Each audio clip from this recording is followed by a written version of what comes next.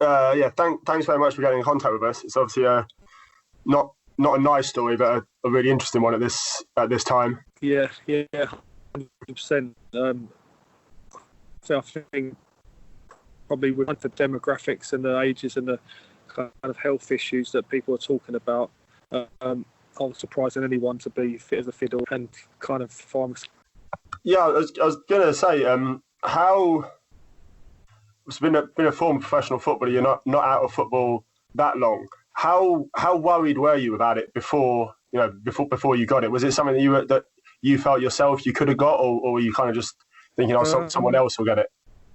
I think obviously with everything going on, I knew everyone's at risk of having this, but I thought I'd been sensible enough to follow the government's guidelines in terms of staying in the house, not kind of doing any non-essential tasks of out the house and things like that. I was cleaning my hands with alcohol wipes the whole time.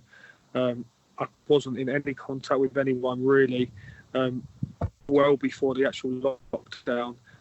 So I'm not too sure if it was kind of I caught it before we went into lockdown kind of thing, and then it kind of just took a while to come out. But it was really worrying how quickly it kind of come on.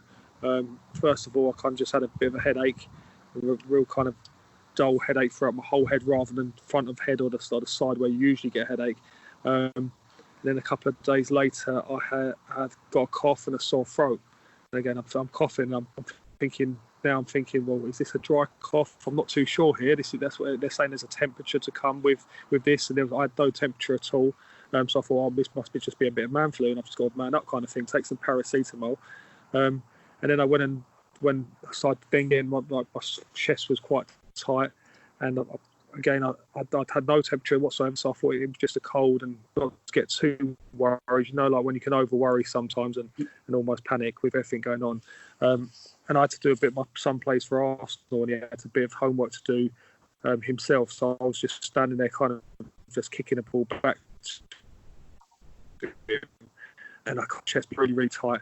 And I was really struggling, like just to breathe the air. But the air was actually in my chest and my lungs, and and then the next day I woke up with no smell or taste sense. So that's I kind of thought, well, maybe I think I've got it now. So I self-isolated. Obviously, I took it to a kind of new level where I just locked myself in the room. Really, took myself away from everyone. I was taking paracetamol. I was already on vitamins and all sorts of things like that from my football days. I'd kind of double dosed oranges, grapefruits, Baroccas, everything I could do to try to kind of make my body immune. But within a couple of days, I was really, really bad. I was struggling kind of to get a couple of words out, and that was taking my breath away. My chest was just so tight. It was almost like someone was squeezing like a fist inside your chest. And that's when I thought I could be in a bit of trouble here, so I better call 111 and get some advice. And what was the advice that they gave you, and then what was the next step? Most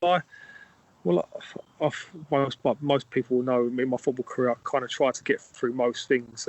Whenever I got injuries, I tried to get through it, and I stupidly tried to do that in this case as well, rather than maybe calling a little bit earlier. But I called 111 just for some advice, thinking they'd help me, give me some advice or like a little tip to kind of open my breathing, open my chest a bit more to make my breathing a bit more comfortable.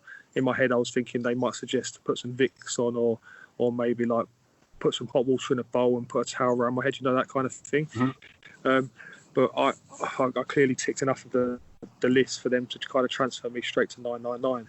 And I was still quite conscious that I didn't want to waste an ambulance because I didn't feel this was immediately life-threatening. So I didn't want to waste an ambulance because I thought that there's a lot of people in a worse situation than me. They got me straight through to a paramedic team who talked to me over the phone and got me into hospital. And what was when you were in hospital? What was the experience like there? Luckily, I got taken to A&E, so A&E wasn't as actually on a ward or anything like that. And I saw a doctor, and as even just getting in the hospital was quite a kind of task because obviously the staff had to mask up, glove up, and put robes on and stuff. And I'm guessing this is a fresh kit every time they see a different person. So I had to then get taken to a kind of makeshift area because, again, I'm guessing they're so busy that was kind of away from anyone. And the doctor had kind of run his general tests on me, and thankfully that even though I'd taken an inhaler, someone had recommended I'd use an inhaler. I've never used one in my life before, but when you're kind of struggling to breathe, you try anything. So that actually helped my breathing. And so by the time I got to hospital, I was a little bit better, and then my oxygen levels were quite good. So I stayed there for just a few hours where they kind of monitored my breathing and stuff like that. And they said, you've obviously confirmed that I had coronavirus, but they explained how it affects your lungs and how it binds onto your lungs and your breathing system. And luckily that even though I had that, my body was fit enough to be kind of still functioning and resisted it any further. So the recommendations was that if I got any worse, to come back and to obviously self-isolate and do the right thing. I read a couple of other things you've done. It sounds like it's been quite a slow recovery as well for you. Yeah, I don't really want to cover too much kind of negativity because obviously I do feel like I'm recovering, but admittedly it did take a lot longer than I thought, to be honest. So that was 2 weeks ago. 2 weeks ago tomorrow, that I was actually in hospital. And to be honest, it's only been the last couple of days in terms of breathing wise that I've actually not had as much. I've seen it kind of turn it in like a little bit of positivity. I've now woken up with a cracking headache today, funnily enough. But like last couple of days, I was feeling really good. I've been out. I'm in the garden now, trying to get some vitamin D to again try to. Read that's quite good, so trying to boost my immune system.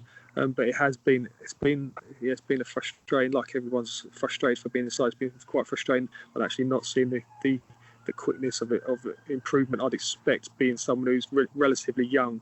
And I'd 100% say I'm healthy because I've like you touched on, I've not long ago finished playing. And what would be your message to someone who's in your situation, feels that they're not at risk, or just generally football fans in general? This is kind of something that I suppose. Obviously, our nation's a huge place, a large amount of people. So, personally, for me, it's affected a lot. I've had a lot of friends who've lost loved ones. Probably talking more than 10 that I know of that died, unfortunately. I know countless amount of people have actually got it to a real kind of bad extent, and it seems a bit of a stigma that people don't want to tell people. And now that people know that I've got it, people contacted me and said we had it in a family, but almost people don't want to tell others for whatever reason that might be.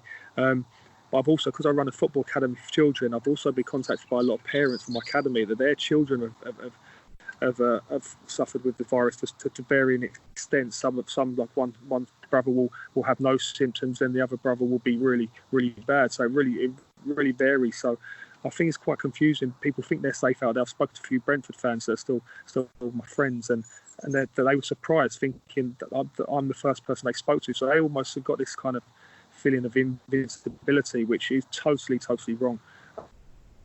I understand that until someone affects you, you don't really understand what it's about. But I can promise you, this is got no one's safe from this. This is, for me, I was really worried at one point, thinking what's going to happen here, and I really saw why people were struggling.